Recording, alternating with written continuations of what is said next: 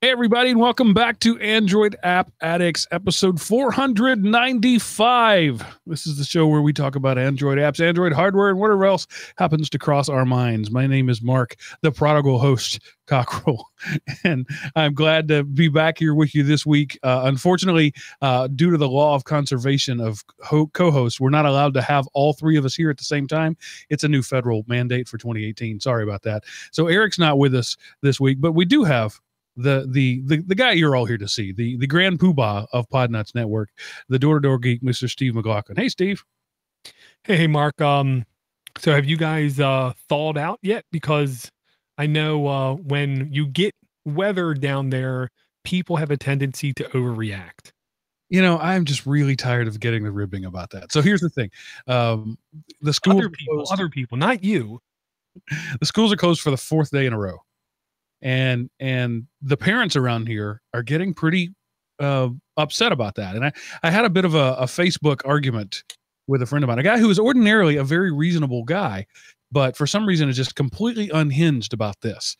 And having spent so many years in the education world, I know it's not an easy choice to cancel schools. Nobody wants to do that, but there are a lot of things you have to take into consideration. And, you know, how many times do you have to look like a buffoon to call off school when maybe you could have gone to make up for losing one child's life in a bus accident?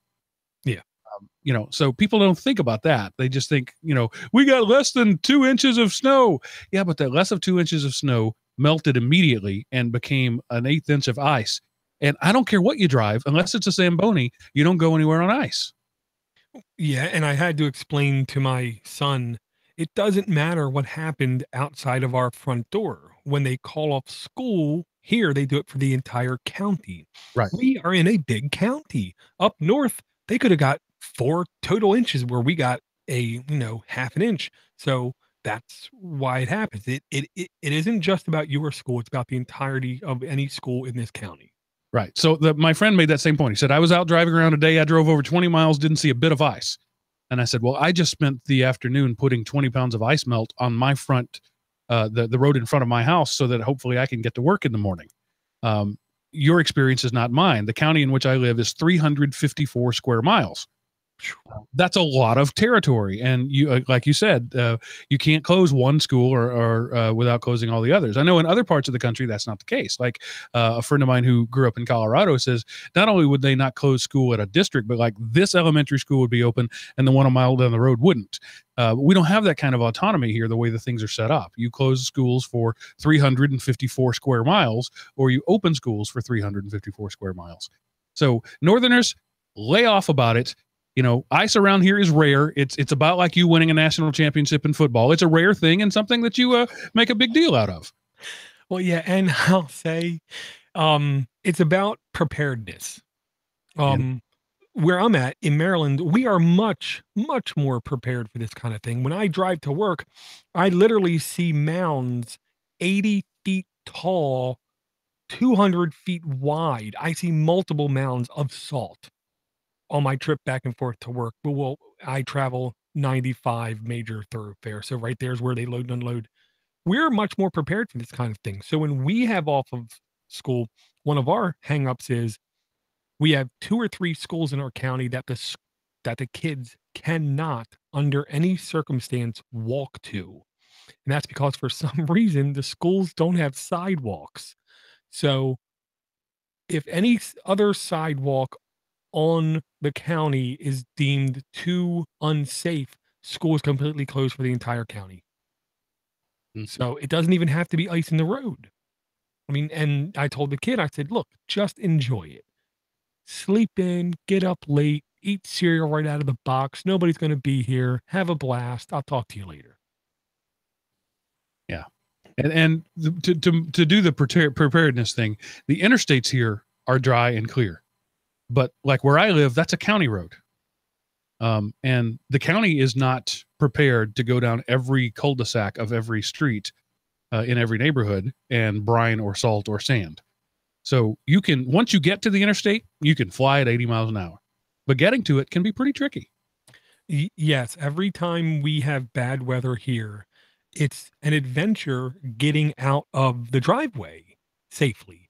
And then every 30, 40 seconds or so, it becomes drastically safer and then drastically safer. And then until we hit Interstate 40, which is a snow emergency route, first thing that gets plowed. Once we hit that, it's perfectly fine. The last 2 or 3 times it snowed here, it was 10 times more dangerous getting out of my car at my job than it was driving there. I almost fell twice.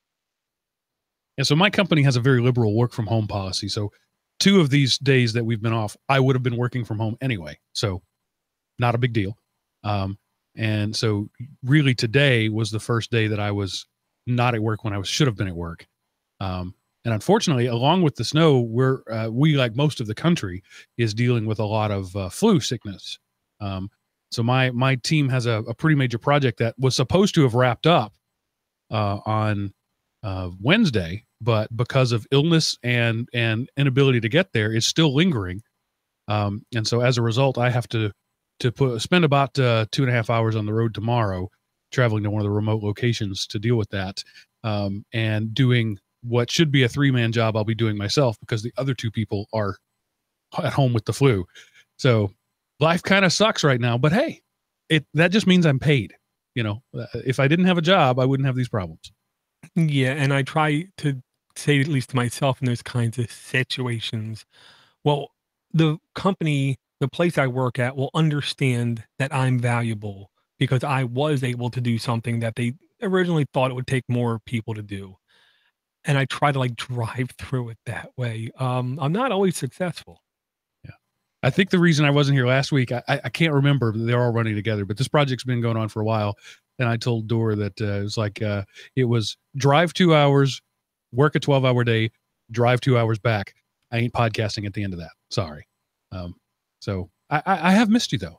I've missed you. Ditto, and trust me. And me and Eric did our absolute best, but I'm pretty sure we just completely missed all the emails and just forgot to mention them. I did get one piece of what I call glorious hate mail.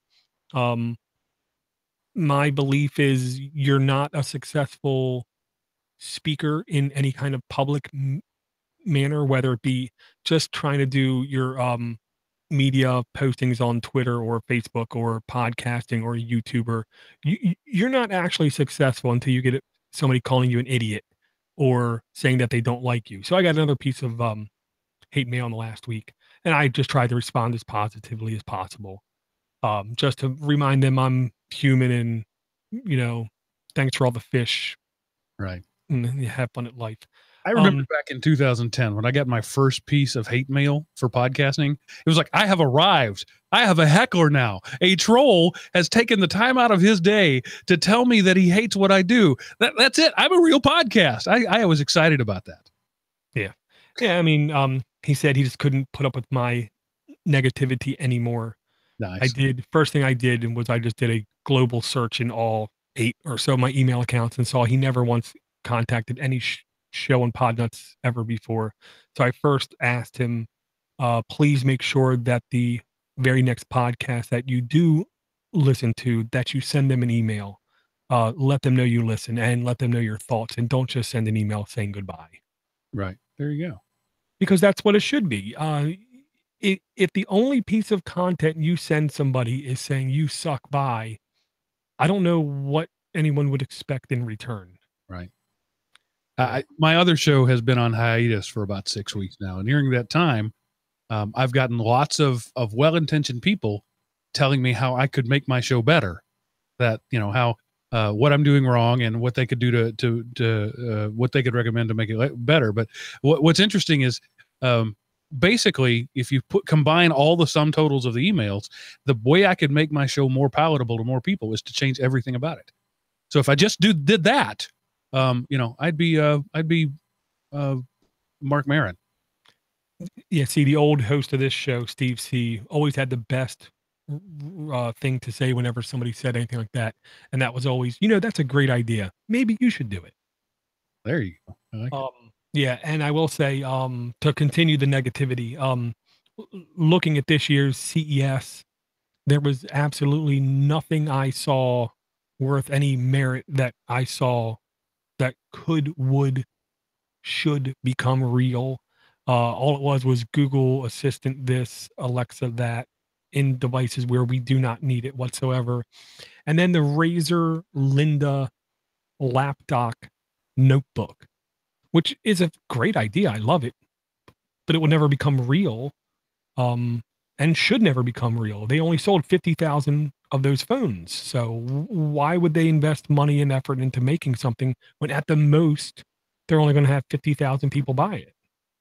Yeah, this has been sort of the holy grail for years now. The dock that turns your phone into your PC. Motorola tried it. Samsung tried it. Microsoft has tried it. And it's just, that's not what people want. They don't want a phone experience on a big screen. If anything, they want a computer experience on a small screen, but not really. They're two different ways of computing, and people just need to stop trying to shove a phone onto a 24-inch screen and call it a PC. That's just not what it is. All right. Well, Samsung DeX and the Huawei Mate 10 tried to deliver a full Linux desktop when connected to an external monitor.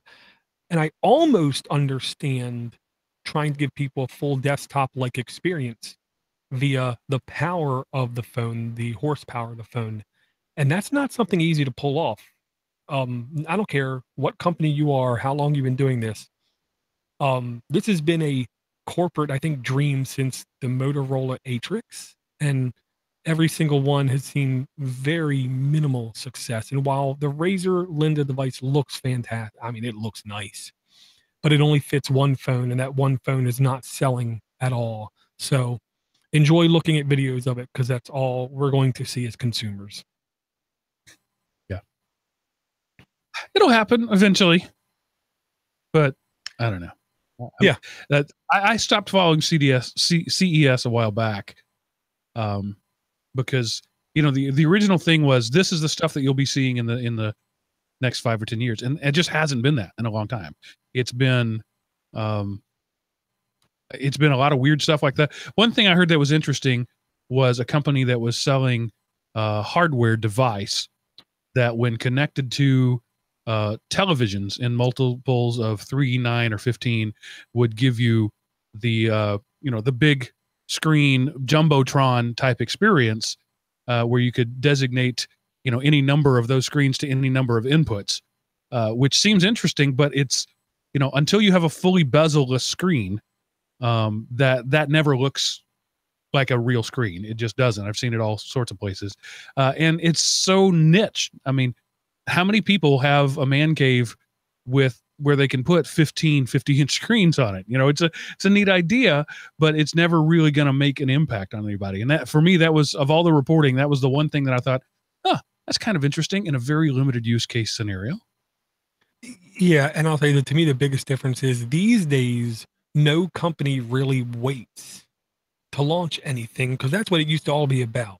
They would develop stuff in October, and they would purposely wait for CES so they could, show everybody. It seems like no company really does that anymore. I don't know why. Blame the internet, blame YouTube, blame Twitter, blame whatever, but most companies do not seem to do that. And the ones that do are not very impressive, is what I'm going to say. These are true statements. All right. I did want to talk about, this is my first show back after Christmas, so I have some hardware to talk about. Namely, I bought my wife a new phone. I think I talked about it before. I may even mention what it was. It was the Moto X4, which is the midline phone for Motorola right now. I had the Moto X Pure. It's the great grandson of that one, I think it is. $300-ish phone, maybe 400, somewhere in that range. So mid-price phone, and not the super high specs. It's not the quad HD screen and all that sort of stuff. But for my wife, who is just, I would call an average user, not a power user, it has been everything she's wanted and more. It's got a great camera. It may not be the most amazing camera on the planet, but all you need is a good camera, and it's a good camera. The battery life, she's going 3 days between charges on this thing. Again, not being a big power user, but she'll plug it in, overnight Monday, and then not even thinking about it again until Thursday afternoon. So that's pretty crazy. And it's just a good, solid phone. I don't know how many people have had any experience with it because it's not, Motorola doesn't spend a lot of time bragging about it, but it's a good phone. And I like Motorola because they're a tier 1 company out there, but they don't cram a lot of crap onto their phones. There's not a whole lot of Motorola apps on it. The OS is very similar to native Android. And again, it's a $400-ish phone that is definitely flagship quality. So there's my review. She's only let me touch it a few times, so I don't have a lot of hands-on experience with it. But with the, if you've got a wife who is just an average Jane out there, you can't really go wrong with the Moto X4. It's a multi-band phone, so it'll work anywhere. It's a GSM phone, so it's not going to work on Sprint not Sprint, Verizon, or who's the other one? Yeah, Sprint. Is it Sprint? I thought Sprint had anyway, doesn't matter. So anyway, that's a thing. But otherwise, solid phone, and just thought I'd let you guys know about it. And it is, Android-esque. Then yeah, I'll say it's getting really, really, really difficult for a lot of phones to stand out. I'm firmly believing for $300-ish, you can get something that would have been considered a near top tier phone just 2 years ago. Which is also making the lower end phones, instead of being horrible, horrible devices, almost usable, acceptable devices like the Moto G series. You could get as low as, I want to say, 180, 150. And yeah, both my daughters have those and are rocking them. Yeah, they just work, and they work actually pretty good. I look forward to what devices are on the horizon in the next year, 2 years. I think we're going to continue to see very competitive devices for less than $400 or $450. Yeah. And I had another experience. Those of you who are old school Android, as Dor is, as I am, will understand this experience. I was offsite at work in a client's office, not even on Wi-Fi, and my phone popped up and said, "Hey, there's an update. Would you like to do it?" Now, back in the days of the Nexus 1, you wouldn't do an update of any kind, even if it was just a security patch, without being plugged in on Wi-Fi with your laptop handy, just in case you needed to ADB something. But I just really wasn't even thinking. I just tapped OK. And some amount of time later, because I was working, I wasn't paying that much attention to it, the phone rebooted. And what I realized is what I had just done was upgraded to the brand new version, the latest version of Oxygen OS. I now have Android 8.0 on my phone, where I had 7.1 previously. And it was such a seamless experience. All it did was it cranked on it for a little bit, and then it rebooted, and that was it. And it wasn't even until the end of the day that I realized it was a new OS. I slid down the notification, and it looked different. And I thought, that must be some sort of new, UI thing. And then I went to the About phone, and it said Android 8.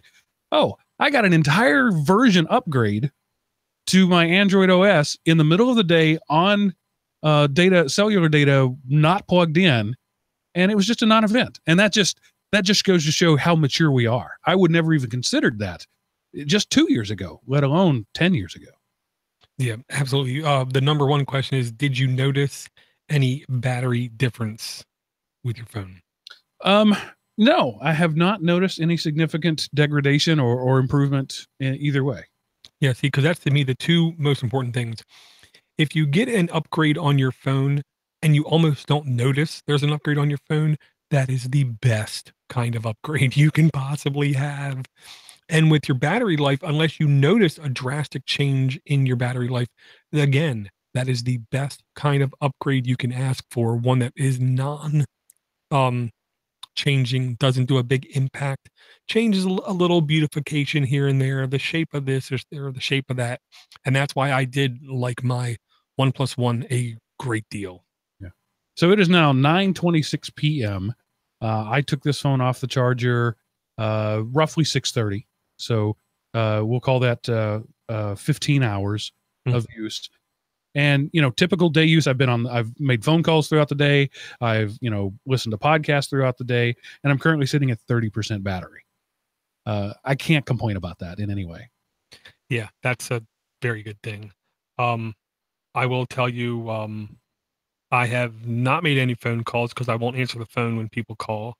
I've done lots of emails. Today alone, I listened to 23 hours, 47 minutes worth of podcast. My phone's been plugged in all day and I'm at 94%. Well, of course. Yeah. That's just how I roll. Today was a very weird day in podcasting. Like everything came down at the same time, including Root Access. Fantastic podcast. I cannot encourage anybody enough. Check out Root Access. Very smart guy, very slow, methodical schedule of putting out content, but it is extremely well thought out content and well investigated content. Command Line Hero podcast just started from Red Hat, all about the origins of free software, Linux. You hear from people like Mad Dog Hall. You hear from some old timers, put it that way. Both of them I listened to today. And then I listened to a podcast. I'm going to be very clear about it. The host of the writer of Rick and Morty, the head guy, the guy behind Rick and Morty. I don't watch Rick and Morty, can't stand Rick and Morty, but he has a podcast directly head on taking on issues and talking about them in a very open format, in a very, to me, logical way. It's called Whiting Wongs, which is supposed to sound unbelievably racist and culturalist because he's a comedy guy. So that's the name of the show. Well, mission accomplished. Yeah. And it's actually a really good show. Him and what I get the impression, a long-time employed Asian female. Both of them talk about political issues, race issues, and neither of them hold back, and they just speak what they consider to be the truth, and they make it very clear this is how they perceive the truth to be. This is not the truth overall.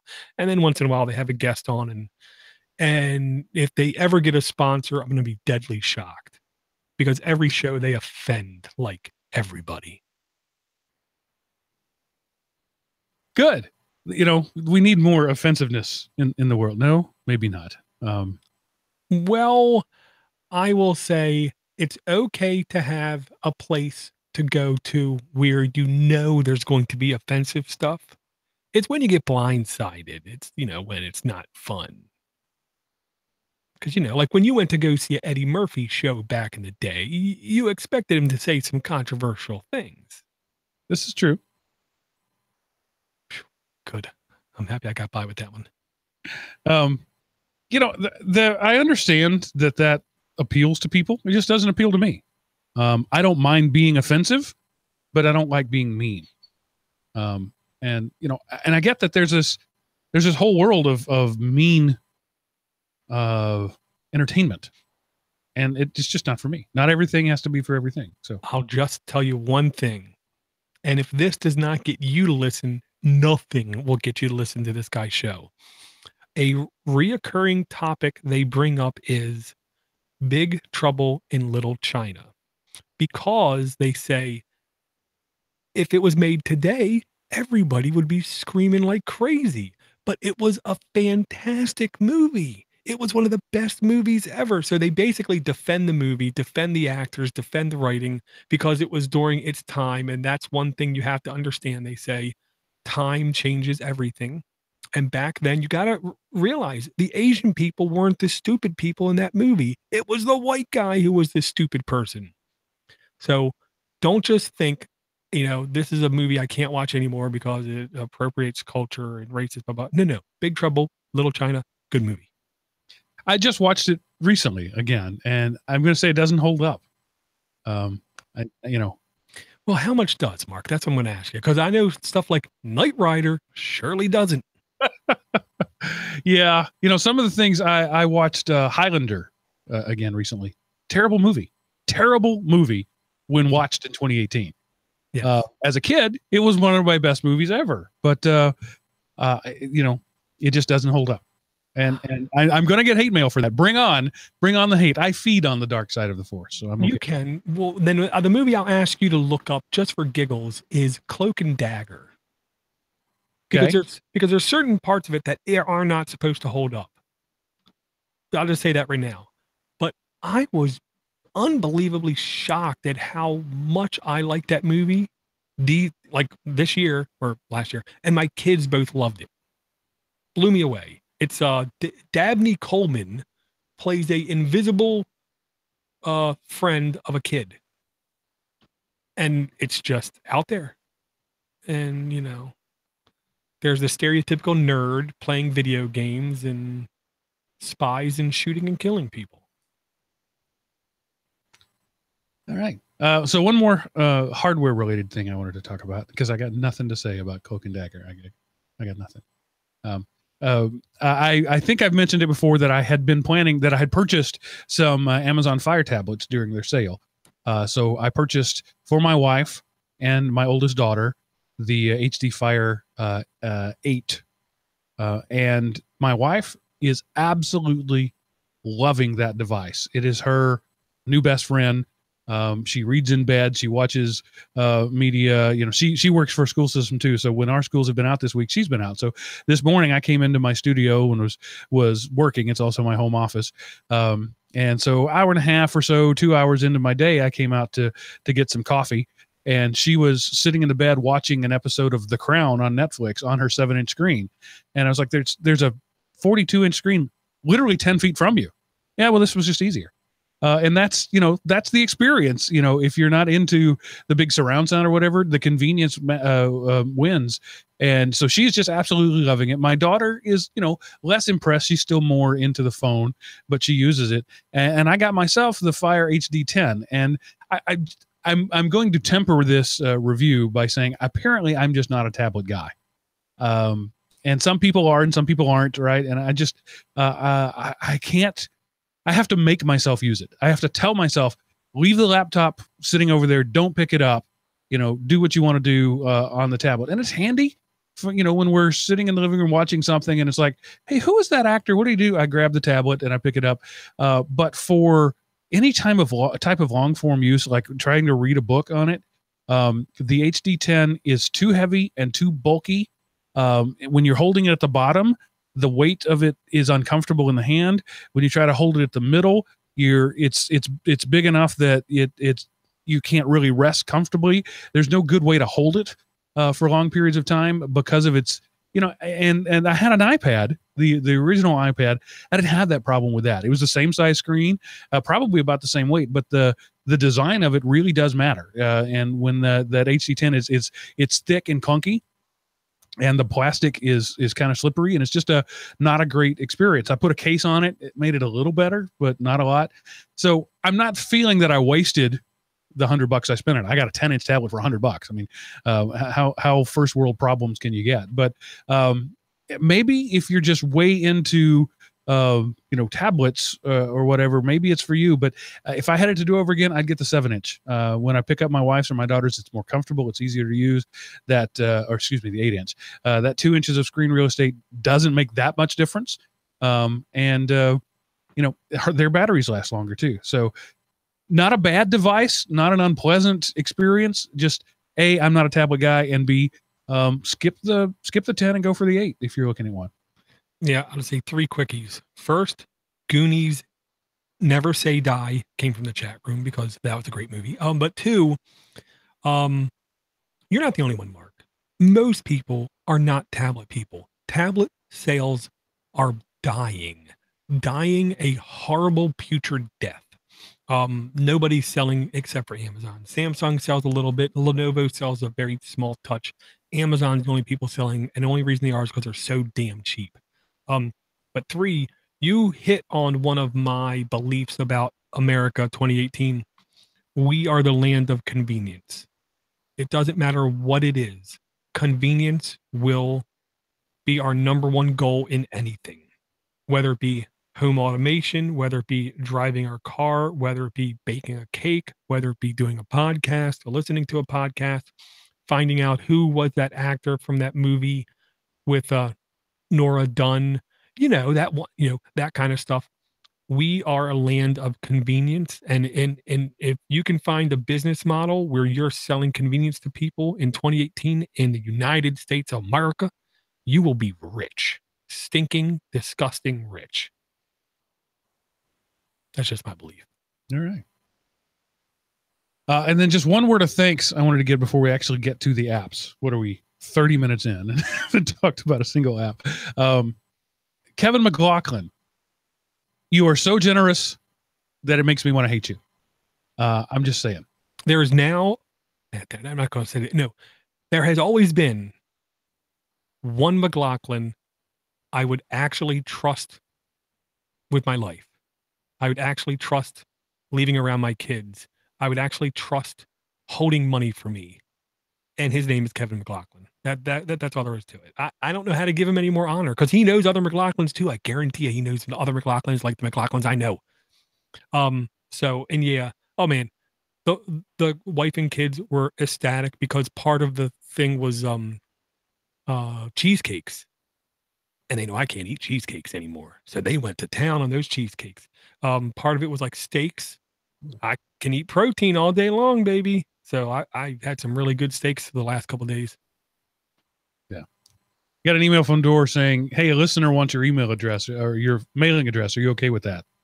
All right, fine. A couple days later, I get, I don't want to embarrass him or shame anybody else by saying exactly what the gift was, but it was incredibly generous and I don't deserve it. And, thank you from the bottom of my heart. And it was physically large, about the size of a cooler. Yeah. Yeah. It came from the Midwest. Yeah. He's the man, period. And he's always been the man. Quick tangent before apps again, because that's what I do here. I watch a lot of other podcasts. I watch a lot of other podcasts that do what we do on this network, and I see how little interaction they get on social networks, even when their show is involved about marketing. It's amazing how little interactions they get. Literally, weeks go by, they get one person liking a tweet, or weeks go by and one person likes their posting on Facebook. Kevin McLaughlin, since what seems like the beginning of time, has went to twitter.com/Podnutz, and he marked it so where everything we tweet out of the Podnutz accounts, he automatically sends out as well. So we get social interaction on everything that goes out of that feed, which is why I don't post any of my DoorToDoorGeek stuff out of that feed. I have that as a business only podcast network account. Podcast network announcements only go out of that account. And guys like him, he's really the one, retweets everything I put out there. That's the kind of thanks that I cannot put a price tag on. He supports the network above and beyond is the only way I can put it. All right. Thank you, Sir Kevin. Appreciate it. So now, Eric, why don't you bring your first... Oh, it doesn't go to work. So since you need time to post URLs and all that, and we have a fair amount of back email, so we'll do app email, and then so we'll go from there. So, Dor, please, what is your first app of the night? Okay, first app I'm going to bring, I'm actually bringing from the community from Ivor, and I think there's actually one time I pronounced his name right. Ivor brought this to the Android App Addicts Google Plus group called Deep Time Walk Earth History. I had to say it slow because every time I kept saying it to myself earlier, I kept messing it up. Deep Time Walk Earth History by Deep Time Walk CIC Education App. 8 reviews, $2.49. 5 all reviews 5.0, 8 reviews. Current version 0.24, updated March 22nd, 2017, between 100 500 installs. I immediately bought this app. Besides eating near zero sugars and less than 50 carbs a day, blah, blah, blah, blah. I got to do something to actually move around. So I'm walking when it's not 10 degrees at work. This app, essentially, you load the app while you're walking, which means no podcast listening, which I might have an issue with. Just saying. You walk while you listen to this, and basically it goes through Earth history as you walk. So when you walk, you advance through history. Um, I I found it at least as an interesting app idea, interesting enough that I gave him $2.50 because I can't just give my money to games. I got to try to give my money to other things as well. So explain exactly what it is. It's almost like a potentiometer, like step counter, but the difference being each step counts as a period of time. So as you're walking, you're basically moving through Earth's history, and it tells you audibly about things that happened because each meter you walked is about 1 million years. So you take a couple steps and it tells you that the first single cell organisms developed. The Earth was a briny marsh with huge amounts of carbon dioxide in the atmosphere. And it goes through different periods of time. Um, so to me, it was just interesting enough. I'm not a history buff whatsoever, but I'm a sciencey kind of guy. So this kind of scratched that itch. So have you used it? You've gone out on walks with it? I did, but it was literally like 20 degrees. So it was a pretty quick walk. So I'm just curious as to what the replay value of this is. I mean, do you get different stuff every time you go out, or is it one thing and once you've walked 4.6 kilometers, you're done? Now, I believe it keeps going. So the next time you go to walk, it picks up where you left off. And I thought there was a way you could set like your starting point to where you could say, don't go back, this many years, jump ahead by, 20 million years kind of thing. So where you won't hear the same thing over and over again. But I do know that even if you do hear the same time period over again, I was hearing different things being said, I thought. Okay. So it at least tries to change it up a little bit. That's interesting. Something worth checking out, I suppose. Yeah. And the word you're looking for is pedometer. I can't. Mark, it has more than 2 syllables. You cannot expect me to say it right. So it's pedo, like feet, meter, pedometer. Pedometer. It almost sounds like pedophile. Well, it's same word, different. Okay, well, we're going to change the subject here because we just turned into Whiting Wongs. You see, language is a thing for me. My kids will say, particularly as they're really young kids, but they're getting older, these conversations are a little less, but they'll say something like, Daddy, what does, X mean? And I can't just tell them that pedometer is a device that measures how far you've walked. I have to tell them that it's pedometer, and the pedo is from the Greek pedis, which means foot, and meter is from the Greek metros, which means measure. So it's the measure of how many feet. And by the 6th or 7th sentence, they have gone glassy-eyed and stopped listening to me. But I figure at some point, those things are going to kick into them, because I can understand bits and pieces of multiple languages that I've never studied because I understand the origins of the English words. And so I can understand some Portuguese, some French, some Latin, some German, right? I once had a guy come up to me in German and ask me where the bathroom was. And I understood him because he used the word Wasserklassen, which means water closet. And so I was able to put those things together and point him in the right direction, even though I didn't know anything. So understanding your own language is important, people. Note to self, when the zombie apocalypse comes, I'm going to need to be around Mark. He's real resourceful. Yeah, it's not enough to know what. You got to know why and how. Yeah. All right, so let's read an email from Joe, who his email subject line is, "I'm loving it," which immediately made me think of McDonald's. But he said, "Hey, Door, Eric, Mark, I wanted to chime in and give you my feedback. I do love the first 20 minutes of every show where you guys talk about everything and nothing. You three mesh well together and keep each other in check. I love the banter, the rants, the deals, the live shows, the community, Eric's Podunk Town, Mark's crazy life, and Door, I just can't say enough about this man. Everything he's put into this company and how he works very hard for his listeners. I have learned nearly everything I know about computer repair, Android systems, Linux, and many PCs from the Podnutz community. Podnutz has opened my life to a community that only gives. I can't imagine how exhausting it is to sacrifice your personal time and income for complete strangers, especially with a family. I have 2 little ones myself, and just finding 5 minutes to write this email is even difficult for me, let alone to create, manage, and share an entire community like Door has.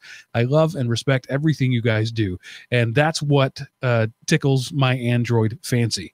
And since this is a podcast that talks about apps, let me bring one. This one is called Drive Ahead, and I've been searching for games that I can throw into my tablet and play in the car, or where I don't have an internet connection. Surprisingly, most games require an internet connection to even turn on. This chaps my arse. Do you guys know a way to tell if an app requires an internet connection to play or not? Nonetheless, the description of the app was enough for me to download it. Take it from here, Mark. So I'll have to click the link, which I will put in. Oh, Door's already put in the show notes. Awesome. I try. So before we talk about the app, let me just respond to, thanks, man. And, you know, honestly, I'm taking some of Door's credit because I'm just assuming that everything you said about this show also applies to me and my network. I'm just stealing that thunder. But yeah, Door is one of a kind and deserves all the praise. Seriously. I'm just really happy no one has asked for a mental evaluation is all I'm going to say. Because I really don't want to sound stupid. I don't know how the hell I do it. Tim Bauermeister, longtime Podnutz supporter, I mean, a longtime Podnutz supporter, literally said to me kind of the same thing today. He was like, I don't understand how you do it. And joking around, I said, I don't know. It must be all that bitterness I have or something. And then I just stopped for a second and I said, you know, I don't know either, but I don't want to stop and think. This is what I think the whole thing. I don't stop and think. If I did stop and think, I would be overwhelmed with how much stuff. So I just don't think, and I do. I'm Yoda. There is no try. There is no think. Just do. All right, so now about the app Drive Ahead. He said, Joe wanted me to read the description, so I shall, or at least part of it. Drive Ahead, ! Is a gladiator car fight. Wreck your friends by knocking their helmets with a variety of cars, from monster trucks to alien saucers. Hundreds of cars and levels, bringing endless hours of helmet crashing action and freak accidents. You can play Drive Ahead in 4 game modes. Battle your friends in 2-player matches, in local multiplayer, or on the same device over Wi-Fi. Explore stadium missions featuring dinosaurs, aliens, and robots. Reduce the unworthy to wrecks and reign supreme in the King of the Hill. Share your best Superstar Stadiums replays for a shot at featuring inside the game. Will you be the next Drive Ahead superstar? So he said he's looking for games while he's driving. I hope he's not literally driving and playing this game. And I hope this game does not inspire his style of driving. Yeah, I don't know how to describe this to the listener except for side view. Like what they call Beyblades or something, where you and another car are put into a pit with curved edges, different sizes, different shapes. And your goal is to basically annihilate the other car. Yeah, and apparently the way to annihilate it is to hit the driver in the head. Well, then they try to be accurate, I guess. Maybe. Yeah, so it's like a motocross game, tilt-a-cycle, one of those, you know, that style of games where you have a gas and a brake, and if you gas it too hard, you fly up. That's what it looks like. I haven't played it. I'm just watching the video. But yeah, you use the arena to hit your opponent in the head. Yeah. Kind of like a demolition derby. Yeah. Only you're actually aiming for the driver and not his car. Well, yeah. Maybe this is an Eric app. I'm not sure. Okay. So, Door, what is your next app, my friend? Next game I'm going to bring, because I'm already telling you ahead of time it's a game. And I'm bringing it because I caught my eye because I saw this game is coming to the Nintendo Switch. And I saw that it's available for $5 on Android, where I believe it was either $7 or $9 on the Switch. So I'll say this: the Switch is a very dynamic device to play higher end games like Breath of the Wild or games that can actually run on your Android device. That's a mixed bag. There is no good or bad about that. The good means there'll be a much more different types of games to play and different things you can play. Some people say, I'm a hardcore gamer. I don't want mobile games on my device. I like more choice, so I'm okay with it. This technically, though, I wouldn't call a game. Even though I believe it is in the gaming category in Google Play, this is more of a interactive graphic novel, taking you through a story of a old man going through his life, seeing things that he saw when he was young, sometimes making amends for things that happened at a younger age. A little bit of puzzleness going on, but it's really a novel adventure, is the way I would put it. Yeah, the top reviews there that they've quoted are from Touch Arcade. It's a gorgeous experience. From Cotuit, Got Me to Cry, and from Polygon, a whimsical poem. So this is like hippie art stuff that masquerading as a game. I mean, it's interactive, and I don't know if you're aware of the Telltale games that are going on, Mark. But the impression I get is this is very much like the Telltale games. And it's the same, to be nice, same kind of stretch going on. They're called games. I'm not sure if they're games. They are interactive. They do require input, but it's very nothing but story driven content. No puzzle solving or anything like that. Very mild. Once in a while, you got to actually manipulate what looks like the background so you can change your guy's path in order to complete to go on to the next area. Puzzle like is the best I can say about it. They call it handcrafted pressure free puzzles. Sure. I'll just say this. I think it's very good looking. I think it's very cool. $4.99 might be a bit much for some people to do, but if you want an interactive, peaceful experience on like a 2-hour plane ride or something, like I'm going to have going to Orlando here in about less than a month, this might be a good time filler. True. All right, so let's read another email. This is from our friend Philip, who says, hello, fellow app addicts. I think it was the last episode of AAA. Could have been where Eric was trying to download his photos from Amazon, and Door recommended Down Them All for Firefox. Back in the day, this was one of the extensions that stopped me from moving to Chrome. Anyhow, since I have moved to Chrome, I've just discovered Chrono Download Manager. And there's a link to it there that I'll post in the chat here in a minute. It appears to have a similar function to Down Them All. Wow, hard day today. It appears to have a similar functionality to Down Them All, as it can scrape pages for download links, and it may help Eric with his problem, although he does have a year to figure it out. Also, a bit of cross-pollination. I also listened to your latest mini PC show where I have been running a Home Assistant on my Pi 3 since Door first mentioned it a while ago. I've been using Hermit to view the Home Assistant front end, and I'm glad to see you like it. Luckily, I don't need to use Facebook. Also, the latest Hermit update upped it to 3 free light apps. I encourage trying Home Assistant, as your imagination is pretty much the limit. Well, your budget may also limit things. I have also recently built a DIY pool chlorinator from an old power supply and a sawn-off POW, and hooked into the Home Assistant.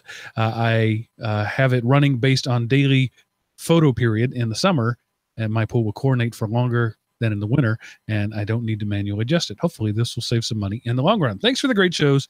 Cheers, Phil. Very cool. Yeah, Eric was having issues. I hope this does fix. He did say he was going to check it out, see if he could get it to work. I will say it wouldn't shock me if Amazon makes this purposefully a little bit difficult. It's the nicest way I can put it.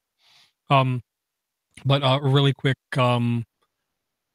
Raspberry Pi Home Assistant works very well. You can easily turn on Alexa or Google Assistant type technology too, if you have a speaker or mic. So you can get really dynamic, flexible, automated task with very little money. Um, he is using Hermit on Android, which I gotta say, I'm still liking Hermit, even though all it is a isolated, contained browser. But it does have extra enhancements like better pop-up ad blocking and things like that, which I do like. And if you've never heard of Sonoff, Mark, I definitely encourage you to at least check it out.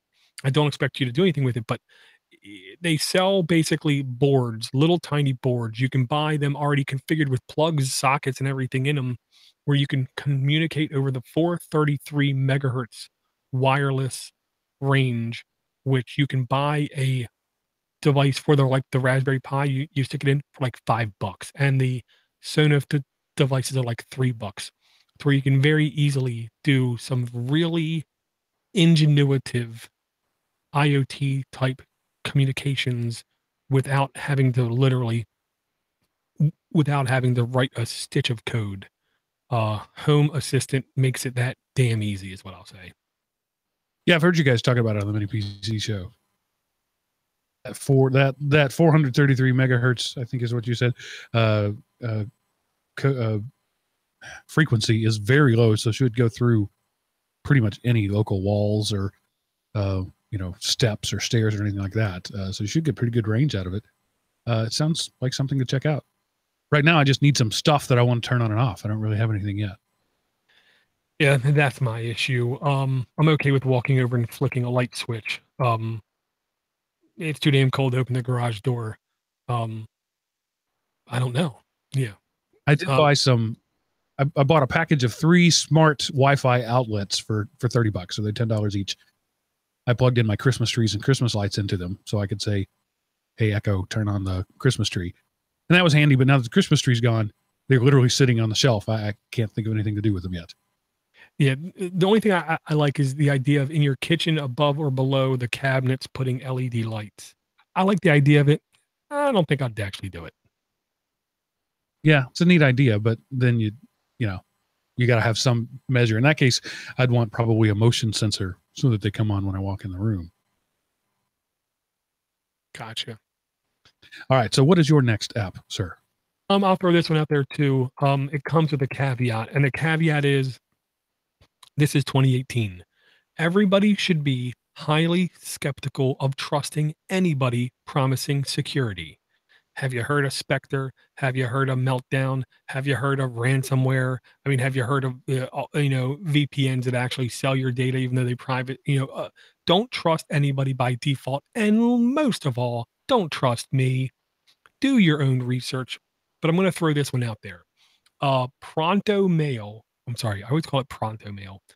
ProtonMail has been around for at least a year or two.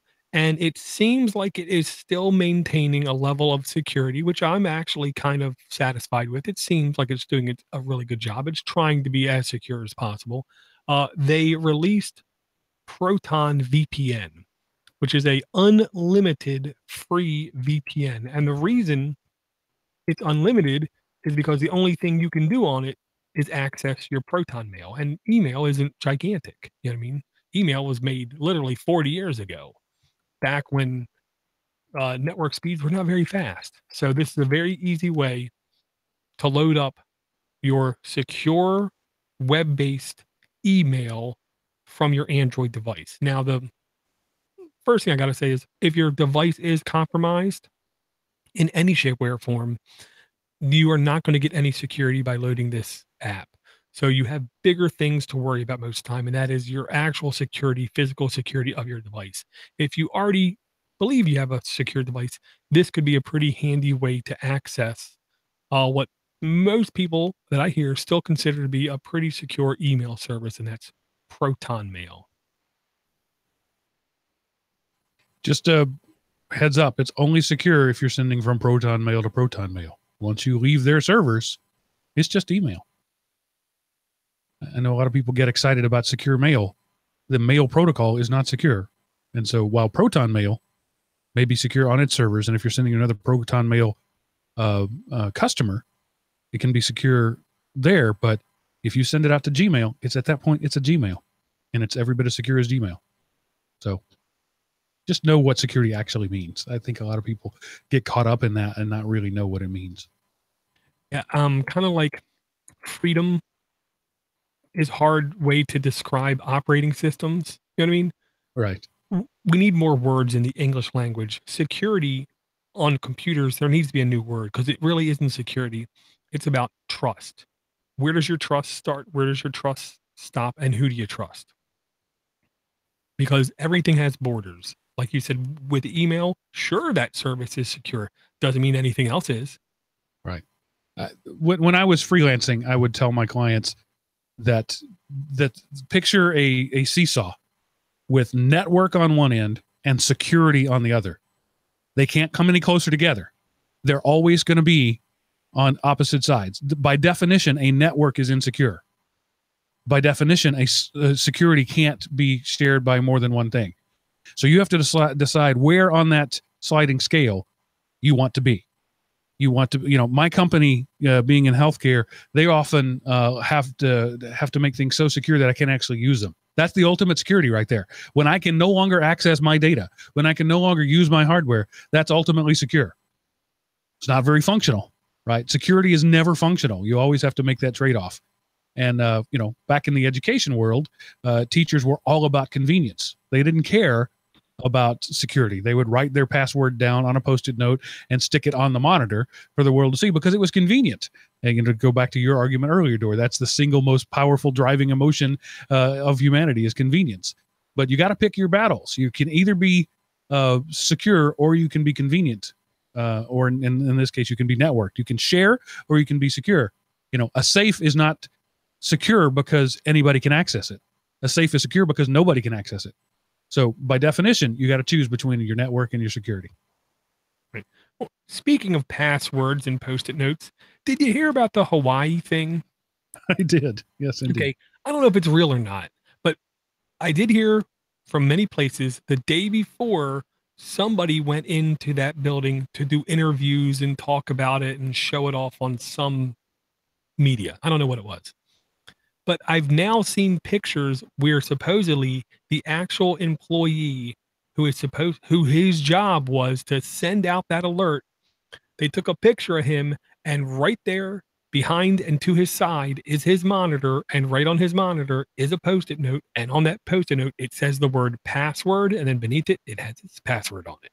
I don't know if that's real, but if it is, it explains a lot. That's all I'm going to say. That just makes me sad. I look, okay, I'm just going to cut to the chase here. I'm a government employee. I firmly believe whoever had this job is under-trained. I firmly believe whoever had this job was using, I don't want to say incompetent software, but the software could definitely be better.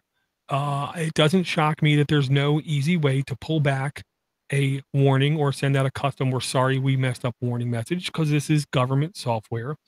What shocks me is this is only the first time it's really happened that I know of. That's a fair point. I mean, after I stopped and thought about it, I thought, why the hell doesn't this happen all the time? I don't know.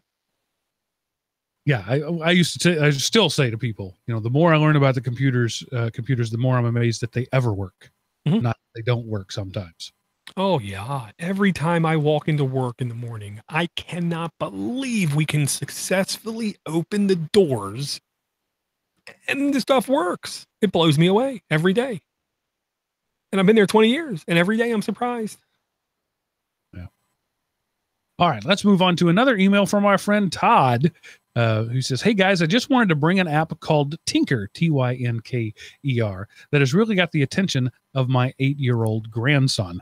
There's a premium version that you guys talked about back in episode 231 called Tynker for Schools. My grandson loves the game. I'm sorry, I'm trying to multitask. Loves to game, and this app really has sparked his interest in how he would make a game. Took a little bit of explanation to get him going on it. Some of the projects are fairly involved and would be above his skill level, but he is definitely very intrigued by the whole process. The app is free, but there are in-app purchases for additional projects, as well as fee-based subscription that can involve the parents in the process." I haven't subscribed to anything just yet because we're only a few days into the experience. Based on my grandson's level of interest, I may be a subscriber shortly. Keep up the great shows. And as always, I want to remind my fellow listeners to throw some coin toward these fine gentlemen over at patreon.com/AndroidAppAddicts and give some value back to the value you receive. Very cool. Thank you very much, Todd. I will say I do remember this app, and it great. The quality of content matters. Okay, it obviously matters, but it doesn't matter if your grandkid or kid, whatever, is interested. Pay the money. Pay the money, and if you can't afford it, let me know. I'll send you the money, because if a kid is interested in learning to code and you don't do everything in your power to push them towards that, wow, is all I'm going to say. Because 20 years from now, if you are able to code, you're going to be, dare I say, like Geordie LaForge on the Starship Enterprise. Whenever something goes wrong, they're going to need him, aka he will always have a job. So I'd say, encourage that. If you do whatever you do, and if they actually want to dig in and try to build games or create projects and learn any code whatsoever, dude, jump on it. And essentially, coding is logic. That's all it is. Teach your kids to think logically, to think steps through one thing to another. You don't need games like this or tools like this. It's handy. But if you want your kid to understand how to be a coder, the language is irrelevant. The learning JavaScript now is not going to help you in 20 years. But learning the concepts of stepping through things in a logical fashion, storing something for use later, these are things that you can learn through anything, through cooking, through any manner of things you can learn to. Cooking is following a program. Writing a recipe is programming. Really is. You've got to get your method. You got to get your ingredients. You got to put things together. You have to, maybe chop all the onions now, but save some for later. That's an array. But, so just teach your kids to be logical. And, you will set them up for success in whatever they do. But yeah, to Door's point, if it's $2 a month, and the kid, burns out of it after 3 months, fine. You've spent $6 and you may have, impacted your life in a way you don't know. My life was changed irrevocably the day my grandfather bought my brother a Commodore 64. No, it was a VIC-20. We couldn't afford the 64. And it wasn't even mine, but just watching my brother play with it, it interested me. That changed my life forever. And then later I upgraded to the, it's crazy to call this an upgrade, to the TRS-80 Model 2. Trash. Yeah. So that thing, I spent hours trying to understand it, taking it apart, not literally, but figuratively taking apart the code and that sort of stuff. And that put me on the path where I am right now. And you never know where your kids are going to be. Maybe this Tynker thing is going to change their life and put them on the path where they are. It's certainly worth the experiment. And it costs a whole lot less than that TRS-80 did back when I was a kid. Oh, that was, closer to what, at least 1,200 probably. Easy. Yeah. I mean, in today's money, I don't know what it was back then, but yeah, it would have been $1,000. Right. Yeah. And the word you used to me was very apropos, Mark. It's like cooking. Here's the thing you got to realize. You don't just pick up things and start to cook. You have that target in sight, in mind, what you want to make. This is why I like this system. It gives you a game to make at the end. You know what you're going to make at the end. If you don't have an itch to scratch, in my opinion, you can read all you want about coding. You can try to code all you want. You are not going to actually learn anything about coding. Whether your goal is to make a system to record all of the music you own, or you want to record people's addresses, or you want to categorize all of your YouTube subscribers, whatever. You have to have a goal in mind when you create any kind of programming. This at least gives the kids an idea of what your finished product can be, and it can be this game, and it's using what looks very much like Scratch or MIT app inventor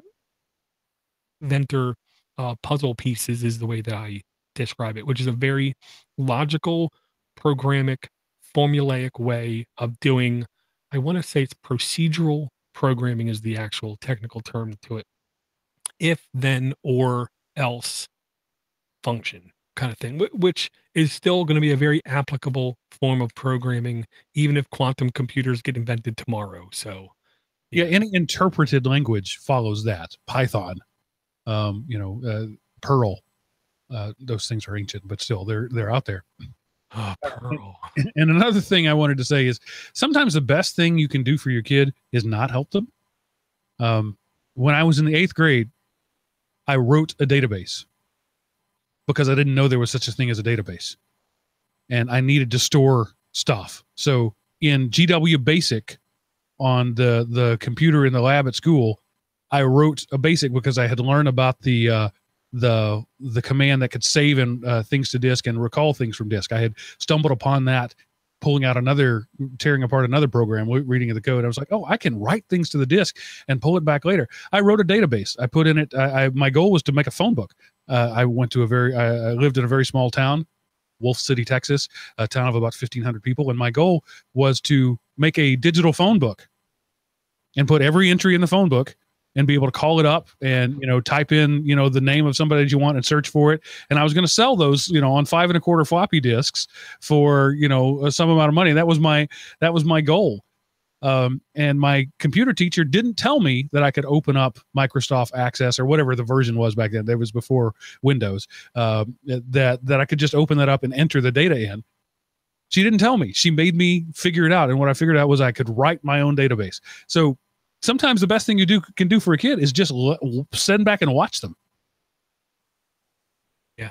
I got to ask you, Mark, roughly, do you remember, or do you know how long that about took you? Because I gotta believe the interfaces and the actual routines, it had to take you at least like 2 weeks, at least. I mean, minimum.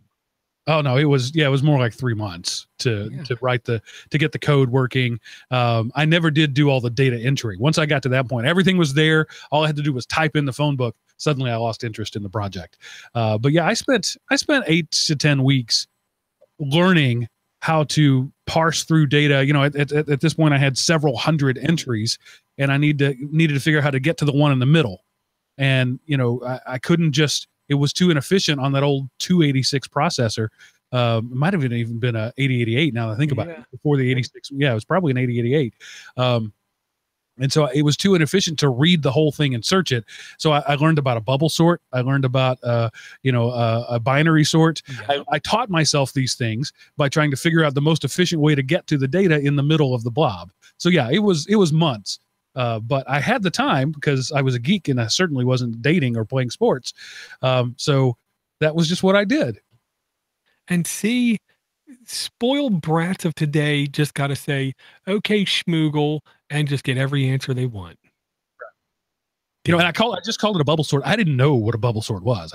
I was writing the routine. I didn't know that there was a thing out there. I didn't know that people had already codified this and written up and that that it was one of the worst ways you could possibly sort. I didn't know that until I did it. So yeah. That reminds me of a documentary I watched last week. Rodney Mullen. Born in a small town, very young age, moved onto a farm.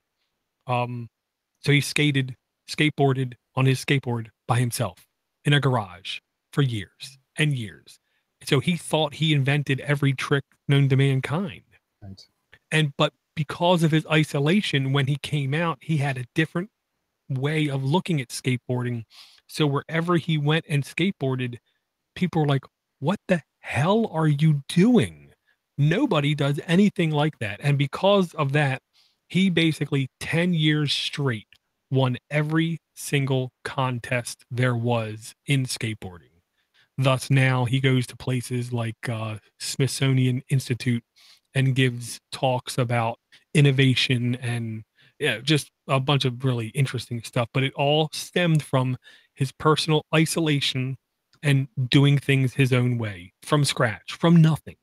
And there is really, to me, so much creativity that can come out of that one little notch that was given to you. Here is something you can interface with, and then you just keep digging in and figuring out, oh, well, what if I do this? I can maybe do that. And then if I do this, then I can do that, and just bring it all together. When I do that kind of thing, bringing stuff together is an unbelievable, satisfying thing. You know, Todd, your grandkid making a game. Let me tell you something. The first time he hits compile or run and the thing actually works, no doubt going to be completely giddy because he did that. And that's the one thing I loved about programming, was you could see something to completion. Unlike everything I do now, where, oh man, it's so unsatisfying. That's all I'm going to say. Well, it's the maker mentality, whether it's 3D printing or woodworking or building machines out of the junkyard or coding. It's all taking nothing and making something. And for me, the idea of making is very satisfying. It not only is it satisfying, if I don't do it, I'm not me. And I have a job where the maker mentality is just not there. Occasionally I get to solve a problem, but most of the time I'm tweaking something that exists. I don't get to make. So I have to come home and saw some wood and hammer some nails and do some stuff to get that maker out in me. I have to, every now and then I'll write code, just because one of my things I'm trying to do right now, it's a complete waste of time, but it's just because I want to write, in a spreadsheet. So this is the thing. I've limited myself to the tool that is a spreadsheet, because I could do this in several different coding languages, but I want to write an algorithm that I can put in a spreadsheet that figures out that, given the number of chips available, the number of players, and the blinds of a poker game, the optimal chip stack, the optimal distribution of chips. And it's harder than you might think, because say you want to give every player as many chips as possible, because people like to have that big stack of chips. So you say you've got 100 $1 chips, or actually it tells you what it is. So you just tell it the denomination of the chips, and the code needs to tell you that they're $1 or $2 or whatever. So you've got 7 people and you've got 100 chips. So you give everybody 13. Well, now you've got some chips left over, and you want to give everybody, say, $20. But you can't get there from there, because you've run out of, you've used up all your ones, and you can't get there with 5s. So you have to have a progressive back off. All right, let's give them a few less 1s and then some more 5s. And again, I could do that with code, but I've been wrestling with this for months to try to figure that out in a spreadsheet, because it's the wrong tool for the job, but that's what makes it fun. Well, yeah, sometimes it's fun hammering in a nail with a screwdriver just to see if you can. Right. This is not a tangent, Mark. I'm going to put a link in the chat. I want you to watch this after the show tomorrow, whatever. It's called Nintendo Labo, whatever. It, to me, can help instill making into kids. And that's all I'm going to say. It's a very Nintendo thing that they've done. My kid is absolutely berserker, insane wanting this. It's not coming out till April, but I love the idea of making and inspiring kids to do creation. And no, Minecraft is not creation. That's true. Belief. When I was a kid, I used to love to play the Mousetrap game, not to play the game, just to set that thing up. Oh yeah, and watch that Rube thing run.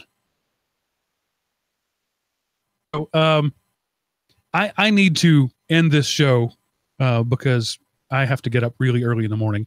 So I'm going to read this last email from Jesse, and then you can empty your tank of apps for us. This is not an app. It's a suggestion from Jesse. He says, "Hey, Door, Eric, and Mark, just thought about the app to make bookmarks on your phone for apps like Facebook. I do the same thing with an app on Chrome, without an app on Chrome.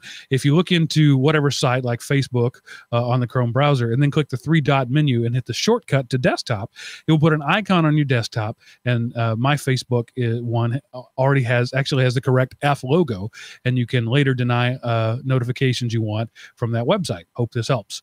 So yeah, that is the thing I do too. My RSS reader, yeah, I'm like the guy in the world that still has an RSS reader, is an app on my tablet. It's not the same as what like the Friendly for Facebook or these other things do, where they completely reformat it. You get the mobile presentation. It's just a shortcut on your desktop to the the web page. And if that's what you want, great. But I think what Eric was looking for and what I use is things that make the page more effective for a mobile device than the mobile device. But thanks for the idea, Jesse. Yeah, and what Eric was wanting was something isolated, something where he could limit access to the rest of his device with. Right. Yeah, this is a great, trust me, I use Chrome bookmarks many times, and they do serve a purpose, and they are easy to do once you figure them out. Okay, cool stuff. So now, empty your tank for me, sir. It's too late. We got to go. Fair enough. Tank emptied. All right, so this is the part of the show where I tell you why you should give Door money. He's a really good guy, and his hat's getting old, and he needs another one. So go to patreon.com/Android App Addicts and throw money at this guy. He needs it. He deserves it. And I've as I've gotten a little bellicose about in the past, saying if you find value in the show, you should generate value back. If you don't find value in the show, why are you listening? That value doesn't have to be monetary. Everybody who sent us an email tonight, the people in the chat room who are actively distracting me as we go, that's adding value to the show. It really is. So if you like what we do here, if we give you value, please give us some value back. And the simplest and really the thing that goes the farthest is money. Plain old cash American wetbacks, and you can greenbacks, not wetbacks. That's a whole different thing. You can do that by going to patreon.com/Android App Addicts. Door, what are your final words of wisdom for the night? Support those who support you. Do not forget also, if you want to send us a voicemail, 7076 Podnut. If you want to send us an email, aaa@podnuts.com. Good stuff. Glad to be back with you folks. Assuming my man, just really hard to talk sometimes. The brain just doesn't want to work. Assuming my other obligations don't prevent it, I look forward to seeing you back next week, hopefully with Eric, and we can do our first trio show together of 2018. But for now, that's it for this episode of the Android App Addicts podcast.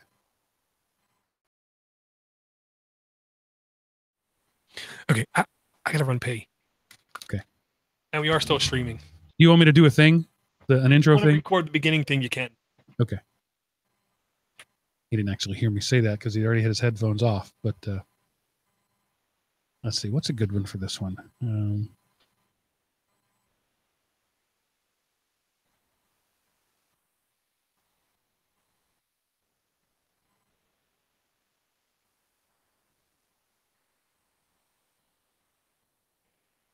Here we go. Eric does. Wait, no, that's not right. It's not Eric. Here we go. Diller discovers his inner caveman. Mark gets preachy, and Eric is nowhere to be found. That's week on the Android App Addicts podcast. Maybe that'll do.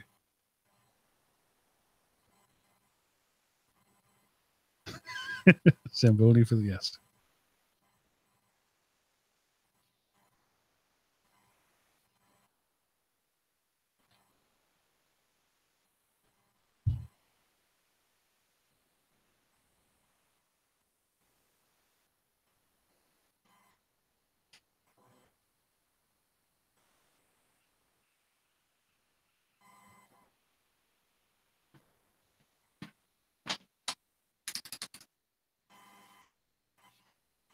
Now you pee fast.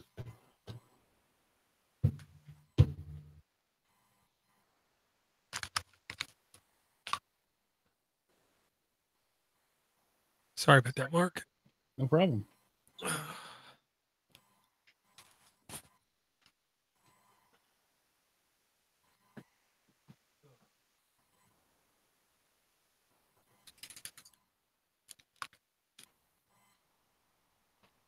Oh, we forgot to We're getting close. Yeah. Coming quick. If you add up all the shows I've done, I'm probably in the 550 to 600 range, but I've never had a show make it to 500. I'm surprised you're not higher than that, Mark. I can't use UP fast because that was after the show. Nobody would know what it means.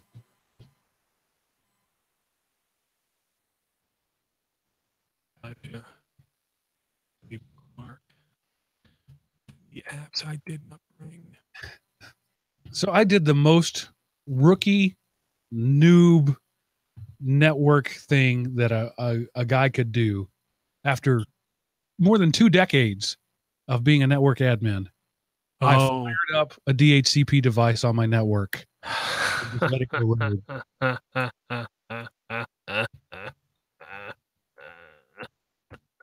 I pulled an old access point out of the box, and modern access points don't do that quite as much anymore. But the old ones, if they couldn't connect immediately, they just become a DHCP server.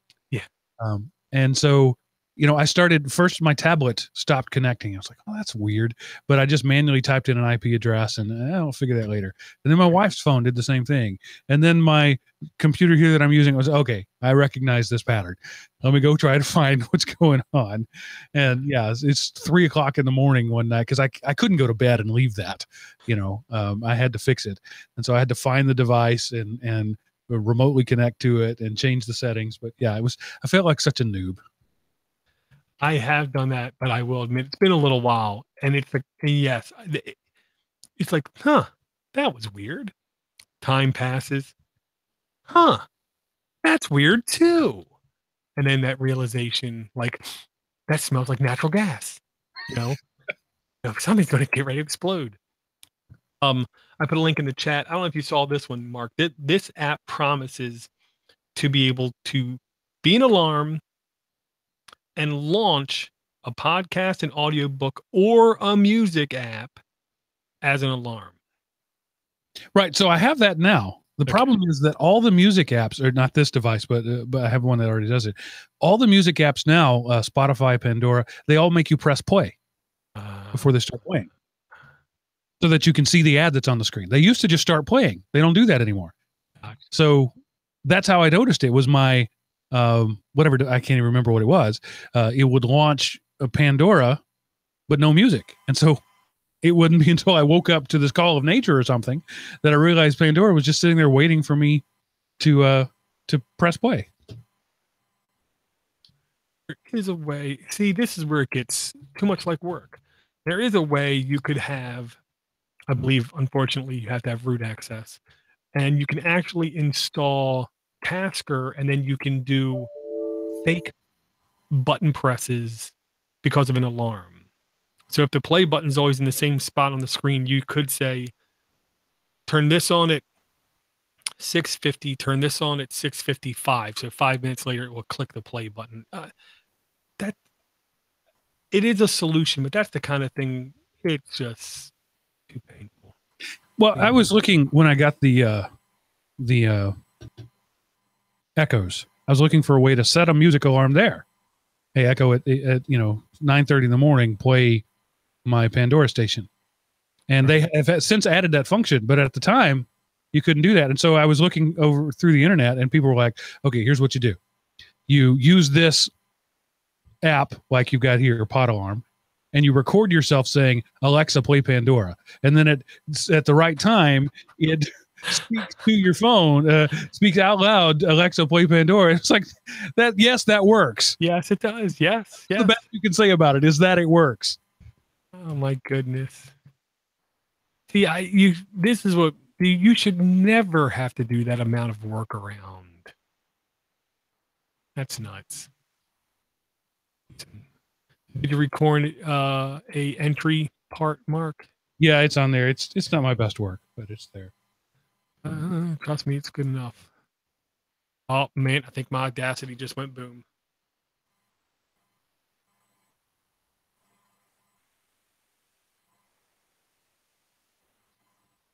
I didn't save yet. That's not good.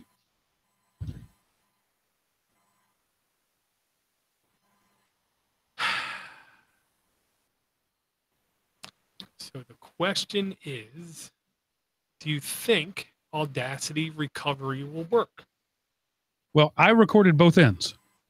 Okay, well then hold on a second. Do you have a rough length of time that was? It was like 1 hour and 16 minutes or so. Okay, so I'm going to just try to stop command. Okay. Terminate command.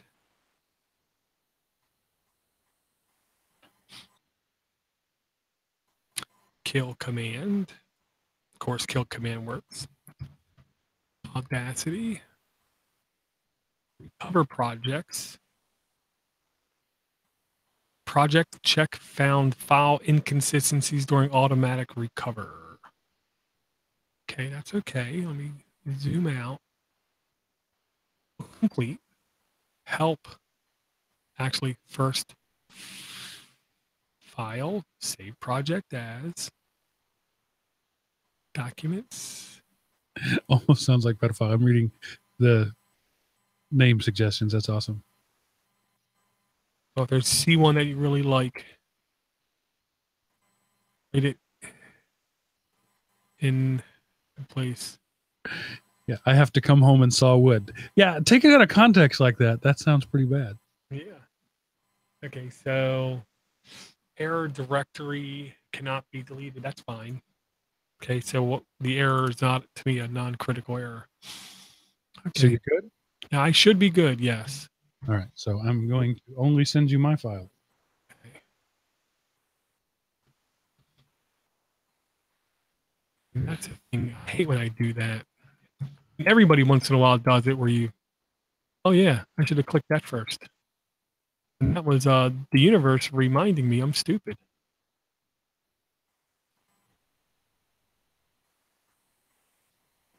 Oh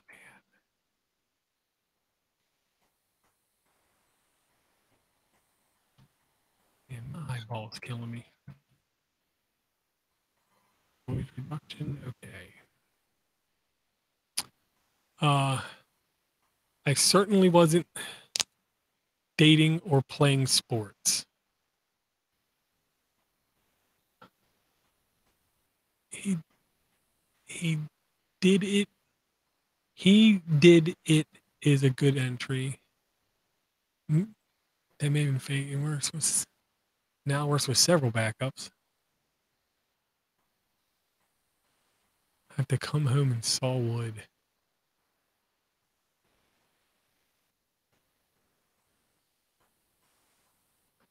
It blows me away every day. Handcrafted pressure-free puzzles. Oh, that's so bad. It has more than 2 syllables. Yeah. Stinking, disgusting, rich. Yeah, Sir Kevin, you're so generous. I want to hate you. I like that one.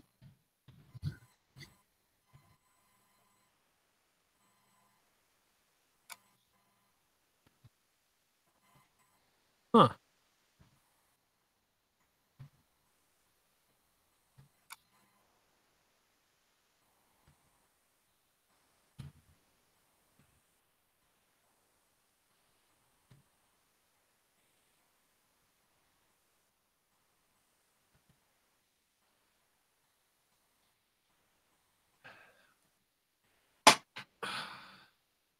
Yeah, Eric did ping me early, or he was at IKEA.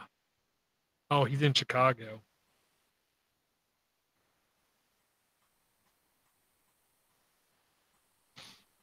Okay,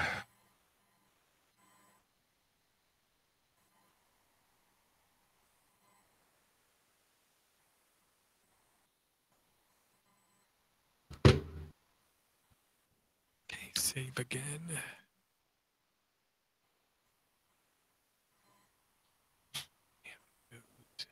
News.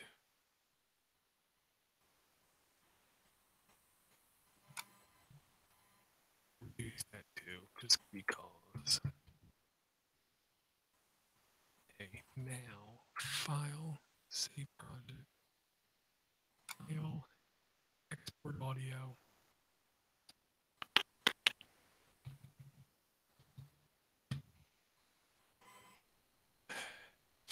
He's in Chicago. I think he's in Chicago for a class, some kind of work mandated thing. And he said he's never been to a IKEA,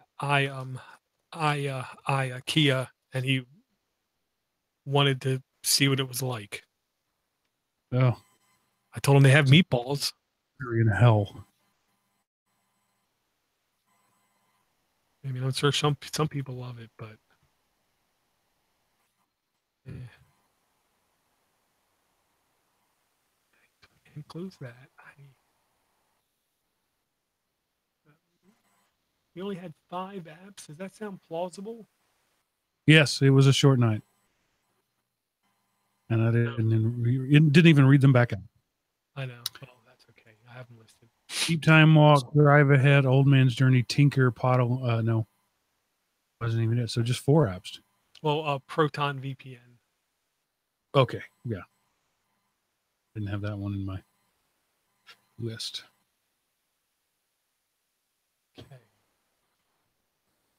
Okay, I'm going to have to stop the stream because I have to upload this thing to YouTube. Huh. All right, guys, thanks for coming out.